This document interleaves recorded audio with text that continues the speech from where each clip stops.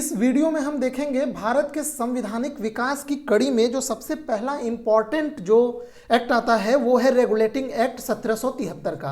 अब जब ये एक्ट आप देखेंगे तो इसमें बोला जा रहा है कि इस अधिनियम के द्वारा भारत में ईस्ट इंडिया कंपनी के कार्यों को नियमित और नियंत्रित करने की दिशा में ब्रिटिश सरकार द्वारा उठाया गया ये पहला कदम था। इसके द्वारा पहली बार कंपनी के प्रशासनिक और राजनीतिक कार्यों की मान्यता मिली एवं इसके द्वारा भारत में केंद्रीय प्रशासन की नींव पड़ी। और यहाँ पे ये जो इसका कारण दिया जाता है, ब्रिटिश सरकार ने कंपनी में व्याप्त भ्रष्टाचार और कुप्रशासन को दूर करने के लिए ये 1773 का रेगुलेटिंग एक्ट लाया। दरअसल इसके पीछे एक बहुत ही इंटरेस्टिंग स्टोरी है।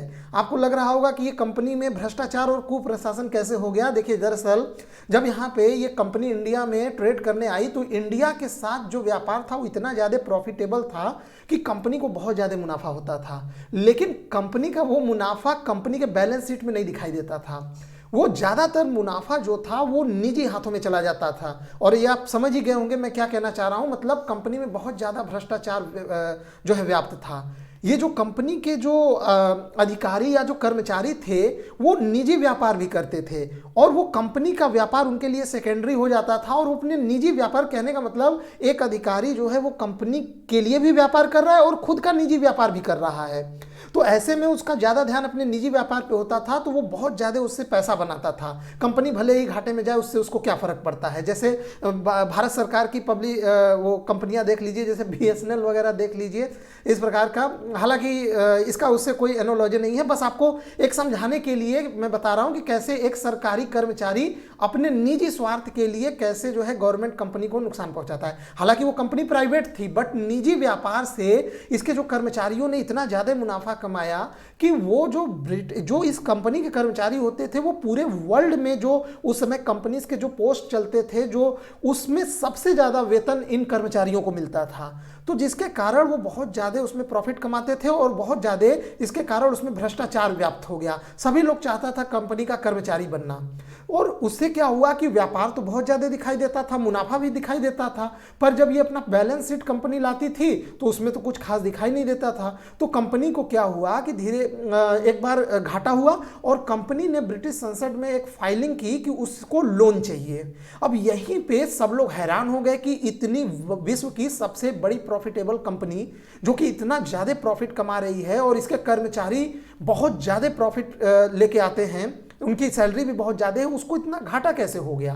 तो यहाँ पे फिर ब्रिटिश सरकार ने, और ब्रिटिश सरकार में जो वहाँ के लोग जो सरकार में थे उन लोगों को भी इसके मुनाफे खटकते थे, क्योंकि वो तो इस कंपनी के मेंबर थे नहीं, उनको तो इनसे कोई शेयरिंग मिलता नहीं था प्रॉफिट में। तो वो धीरे धीरे इस कंपनी को या तो मोनोपोली खत्म करना चाहते थे या इस पे धीरे धीरे अपना पकड़ बनाना चाहते थे। इसीलिए यहाँ पे ब्रिटिश सरकार ने कंपनी में जो भ्रष्टाचार है उसको, कुप्रशासन को दूर करने के लिए इस एक्ट को लाया, ऐसा बोला जाता था। और नेक्स्ट आप इसका पॉइंट भी देखेंगे, इसके तहत कंपनी के कर्मचारियों को निजी व्यापार करने और भारतीय लोगों से उपहार व रिश्वत लेना प्रतिबंधित कर दिया। क्योंकि देखिए, जब भी कोई बड़ा मोटा रकम, क्या है कि कंपनी के कर्मचारी यहाँ के जो शासक, जो नवाब होते थे, इन लोगों से मोटी रकम लेते थे, रिश्वत। तो अब वो उसको उपहार के रूप में दिखाते थे कि मुझे इंडिया से ये उपहार मिला है। अब उसी उपहार के चलते वो अपनी जो है जेब भरते चले गए। तो इसी को एड्रेस करते हुए जो है नियम लाया गया कि निजी व्यापार जो है वो बंद कर दिया जाएगा और उपहार या रिश्वत लेना भी प्रतिबंधित कर दिया गया है कर्मचारियों को। कहने का मतलब आप अपना निजी व्यापार बंद करिए और कंपनी के लिए काम करिए और कंपनी के व्यापार में हाथ बटाइए। और उसके बाद नेक्स्ट इसका जो पॉइंट है, इस अधिनियम द्वारा भारत में ईस्ट इंडिया कंपनी के शासन पर ब्रिटिश सरकार का नियंत्रण हुआ। तो यही तो मैं बात ही कर रहा हूँ कि जो है ब्रिटिश सरकार के आंखों में ये खटक रहा था कि इतनी प्रॉफिटेबल कंपनी कैसे हाथ से निकल जाए। तो ब्रिटिश सरकार भी इसके ऊपर कंट्रोल अपना रखना चाह रही थी। तो नेक्स्ट इसका आप फैक्ट देखेंगे, इस अधिनियम के द्वारा ब्रिटिश सरकार का कोर्ट ऑफ डायरेक्टर्स, कंपनी की जो गवर्निंग बॉडी होती है, के माध्यम से कंपनी पे नियंत्रण सशक्त हो गया। इसे भारत में इसके राजस्व, नागरिक और सैन्य मामलों की जानकारी ब्रिटिश सरकार को देना अनिवार्य कर दिया गया। अब देखिए यहाँ पे ध्यान दीजिए, दो बॉडी का नाम आएगा, एक कोर्ट ऑफ डायरेक्टर्स और दूसरा बोर्ड ऑफ कंट्रोल। जो बोर्ड ऑफ कंट्रोल होता था वो कंपनी जब बनी थी तभी से था। तो वो जो बोर्ड ऑफ कंट्रोल था वो इसका अभी तक पूरा का पूरा शासन, चाहे नागरिक शासन हो, चाहे सैन्य मामले, चाहे राजस्व, जो भी हो सब देखती थी। लेकिन अब ब्रिटिश सरकार ने एक कमेटी बनाई जिसको कोर्ट ऑफ डायरेक्टर्स बोला गया। काफ़ी इंपॉर्टेंट ये कमेटी है, अभी याद रखिएगा, धीरे धीरे कैसे इसका प्रभाव बढ़ेगा कंपनी में ये आपको दिखेगा। तो इसके माध्यम से नियंत्रण सशक्त हो गया, मतलब उनका जो है अब क्या हो गया कि जो भी जानकारी थी ये राजस्व, सैन्य और नागरिक मामलों की जानकारी वो ब्रिटिश सरकार को देना अनिवार्य कर दिया गया। यानी एक तरह से कंपनी को अकाउंटेबल बनाया गया ब्रिटिश संसद के प्रति। किसके माध्यम से? कोर्ट ऑफ डायरेक्टर्स के माध्यम से। एक बोर्ड ऑफ कंट्रोल एक अलग संस्था है, वो क्या था कि इसके शेयर होल्डर्स की एक जो है काउंसिल थी, वो तो है ही, पर अभी एक पैरेलल कोर्ट ऑफ डायरेक्टर्स की भी नियुक्ति कर दी गई है ब्रिटिश, ये कोर्ट ऑफ डायरेक्टर ब्रिटिश संसद के द्वारा। नेक्स्ट इसका है पॉइंट, इस एक्ट के द्वारा मद्रास एवं बंबई प्रेसिडेंसी को कलकत्ता प्रेसिडेंसी के अधीन कर दिया गया तथा बंगाल के गवर्नर को बंगाल का गवर्नर जनरल का नाम दिया गया एवं उसकी सहायता के लिए 4 सदस्यीय कार्यकारी परिषद का गठन किया गया और मद्रास व बंबई के गवर्नर को बंगाल के गवर्नर जनरल के अधीन कर दिया गया, जबकि इससे पहले सभी प्रेसिडेंसी के गवर्नर एक दूसरे से अलग थे। अब यहाँ पे आप ध्यान देंगे, जैसे मान लीजिए कलकत्ता जो है, कलकत्ता हो गया, एक प्रेसिडेंसी हो गया कलकत्ता, ठीक है। दूसरा यहाँ पे मुंबई प्रेसिडेंसी हो गया, मुंबई प्रेसिडेंसी, हालांकि उस समय बंबई है, बंबई प्रेसिडेंसी नाम था। और दूसरा जो है मद्रास हो गया, एक और मद्रास।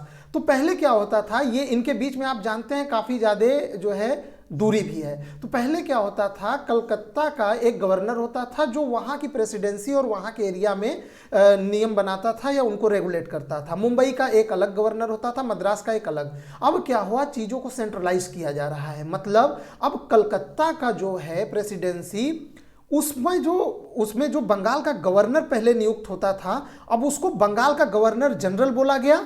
और अब जो मुंबई का जो गवर्नर है वो मुंबई का ही गवर्नर रहेगा, मद्रास का गवर्नर मद्रास का गवर्नर रहेगा। लेकिन इन दोनों के गवर्नर जो हैं वो कलकत्ता के गवर्नर जनरल के अधीन आ जाएंगे। यानी ये मुंबई का गवर्नर हो गया, मद्रास का गवर्नर, और इनके ऊपर एक बैठा है गवर्नर जनरल। ये गवर्नर जनरल बैठता था बंगाल में, ठीक है। और ये अब इनके अधीन हो गए, और ये जो गवर्नर जनरल था एक तरह से ये सुप्रीम हो गया अभी। और इस गवर्नर जनरल को सहायता के लिए एक 4 सदस्यों की एक कार्यकारी परिषद बनाएगी। अब इसको ध्यान दीजिएगा, 4 सदस्य हो गए प्लस एक गवर्नर जनरल, 5। अब इसको याद रखिएगा, अभी 5 हैं गवर्नर जनरल को लेके, बाद में इस संख्या को कम कर दिया जाएगा जो इसके बाद एक्ट आएगा। क्यों? उसका भी एक बहुत रीजन है। जैसे आप लोग सोच रहे हैं फैक्ट है, रटना पड़ेगा, नहीं रटना नहीं पड़ेगा। देखिए यहाँ पे 4 उनके कार्यकारी परिषद में 4 सदस्य को दिया गया गवर्नर जनरल को कि आप 4 सदस्य लेके आप शासन चलाइए। अब गवर्नर जनरल को ले गए 5, लेके हो गए 5। अब अगर मान लीजिए किसी फैसले को लेकर विवाद होता था तो गवर्नर जनरल को यहाँ पे बहुमत हासिल करने के लिए 5 में से 3 वोट लाने पड़ते थे, और 3 वोट लाना गवर्नर जनरल के लिए काफ़ी मुश्किल हो रहा था। तो फिर देखेंगे नेक्स्ट एक्ट में इसी संख्या को घटा के कर दिया जाएगा 3 ये प्लस एक गवर्नर जनरल, तो टोटल हो गए 4। अब गवर्नर जनरल को यहाँ पे बहुमत जुटाने के लिए 2 ही की जरूरत पड़ने वाली, यानी एक खुद गवर्नर जनरल और दूसरा किसी और को अपने पाले में कर लेगा। 2 लोग हो गए, टाई हो गया 50-50। और जब 50-50 का केस आएगा तो वहाँ पे गवर्नर जनरल का पावर जो होगा वो मेन डिसाइडिंग फैक्टर हो जाएगा। इसीलिए ये जो अभी 4 सदस्य यहाँ पे किया गया है ये थोड़ा समस्या क्रिएट करेगा, तो जिसके कारण नेक्स्ट एक्ट में इस सदस्यों की संख्या कम की जाएगी। तो आप इसको याद रखिएगा, यहाँ पे अभी 4 सदस्यों की कार्यकारी जो है परिषद का एक गठन किया गया, ठीक है। अब इस व्यवस्था के तहत जो वारेन हेस्टिंग थे, जो पहले बंगाल के गवर्नर थे, अब उनको यहाँ पे प्रथम गवर्नर जनरल नियुक्त किया गया। यहाँ पे जो गवर्नर जनरल की परिषद है उसमें 4 सदस्य थे। संपूर्ण कलकत्ता प्रेसिडेंसी का प्रशासन तथा सैन्य शक्ति इसी सरकार में निहित थी। अब इस एक्ट के द्वारा कलकत्ता में एक सुप्रीम कोर्ट की स्थापना की गई। इसमें एक मुख्य न्यायाधीश होते थे और 3 अपर न्यायाधीश भी होते थे। यहाँ पे एक चीज आप ध्यान देंगे, ये जो उच्चतम न्यायालय बनाया गया था इसमें जो मुख्य न्यायाधीश थे उनका नाम था, पहले जो थे वो सर एलिजा इम्पे थे, जबकि अन्य जो तीनों न्यायाधीश थे उनका नाम इंपॉर्टेंट नहीं है, पर फिर भी आप देख लीजिए, चैम्बर्स, लिमेंस्टर तथा हाइट थे। सुप्रीम कोर्ट के निर्णय के विरुद्ध अगर किसी को भी, ये जो सुप्रीम कोर्ट बना था इसके विरुद्ध अगर जाना था आपको प्रीवी काउंसिल, यानी आपको ब्रिटेन वहाँ पे अपील करना पड़ता था। ब्रिटेन की जो प्रीवी काउंसिल होती थी उसमें अपील करना पड़ेगा इसके विरुद्ध। इस रेगुलेटिंग एक्ट के द्वारा पहली बार ब्रिटिश मंडल को भारतीय मामलों में नियंत्रण का अधिकार दिया गया। अब कैसे? क्योंकि यहाँ पे हर एक चीज़ जो भी हो रहा है उसके लिए वहाँ पे कंपनी को ब्रिटिश संसद में उत्तरदायी कर दिया जा रहा है, तो इसीलिए यहाँ पे भारतीय मामलों में ब्रिटिश मंडल को अधिकार मिल गया। उसके बाद नेक्स्ट जो इसका पॉइंट है, इस रेगुलेटिंग एक्ट ने एक ईमानदार शासन का आधारभूत सिद्धांत निश्चित किया। हालांकि केवल ये ऑन पेपर ही दिखाई देता है, कहने को तो ये ईमानदार शासन का आधारभूत जो है सिद्धांत निश्चित किया, पर ऐसा कुछ हुआ नहीं। नेक्स्ट है, गवर्नर जनरल की परिषद को फोर्ट विलियम बस्ती के प्रशासन को सुव्यवस्थित करने का भी शक्ति प्राप्त था। फोर्ट विलियम बस्ती आप जानते हैं वहाँ पे बंगाल में। उसके बाद यहाँ पे एक और छोटा सा एक्ट आता है, एक्ट ऑफ सेटलमेंट, ये 1781 में आता है। इस रेगुलेटिंग जो थोड़ा बहुत इस रेगुलेटिंग एक्ट में त्रुटियां थी, किसमें 1773 वाले में, उसको समाप्त करने के लिए लाया गया। और इस एक्ट के तहत कलकत्ता के गवर्नर को बंगाल, बिहार और उड़ीसा के लिए भी विधि बनाने का अधिकार दे दिया गया। दरअसल यहाँ पे जब हुआ क्या था कि 1700, आप जानते हैं 1757 में प्लासी का युद्ध हुआ था। फिर उसके बाद